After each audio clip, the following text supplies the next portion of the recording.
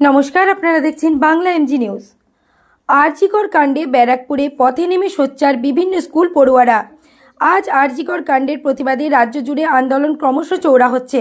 আন্দোলনের ঢেউ দেশ ছাড়িয়েও বিদেশেও পাড়ি দিচ্ছে। আরজিকর কাণ্ডে দোষীদের দৃষ্টান্তমূলক শাস্তির দাবিতে বুধবার বিকেলে ব্যারাকপুরে পথে নেমে সোচ্চার হলেন স্কুল পড়ুয়ারা। এদিন ইছাপুর, পোলতা, ব্যারাকপুর অঞ্চলের স্কুল পড়ুয়ারা ব্যারাকপুর স্টেশনের কাছ থেকে মিছিল করেন। সেই মিছিল এসএন ব্যানার্জি রোড ধরে ব্যারাকপুর কোর্ট পর্যন্ত যায়। সেখান থেকে মিছিল ব্যাক করে ফের চিড়িয়া মোড়ে আসে। সেখানে তারা কিছুক্ষণ দাঁড়িয়ে উই ওয়ান্ট জাস্টিস স্লোগান দেয়। বিক্ষোভে যোগ দিয়ে এক অভিভাবিকা দাবি, ঘটনার দায় কাঁধে নিয়ে অবিলম্বে স্বরাষ্ট্রমন্ত্রী ও স্বাস্থ্যমন্ত্রীকে পদত্যাগ করতে হবে। পদত্যাগ না করা পর্যন্ত তাদের আন্দোলন জারি থাকবে। এক স্কুল ছাত্রী বলেন, অবিলম্বে ঘটনার বিচার চাই, দোষীদের দৃষ্টান্তমূলক শাস্তি চাই। ব্যারাকপুর থেকে বিশ্বজিৎ নাথের রিপোর্ট, বাংলা এমজি নিউজ। আদৌ পাবো কিনা যাবো না, কারণ সমস্ত তথ্য লোপাট করা হয়ে গেছে। তবুও আমরা এখন লড়াই করছি। এরপরে আমরা আরো ব্যারাকপুর থেকে আরো বৃহত্তর লড়াই নামবো, সেটা আপনারা ক্রমশ জানতে পারবেন।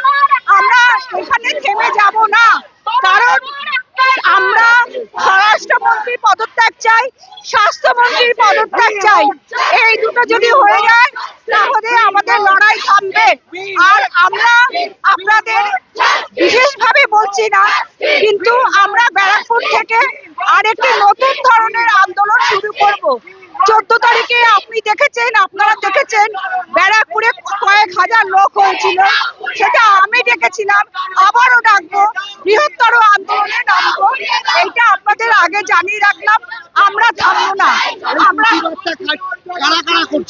এখানে একদম আজকে স্কুলের ছাত্ররা এসেছে, স্কুল এবং কলেজের ছাত্ররা এসেছে।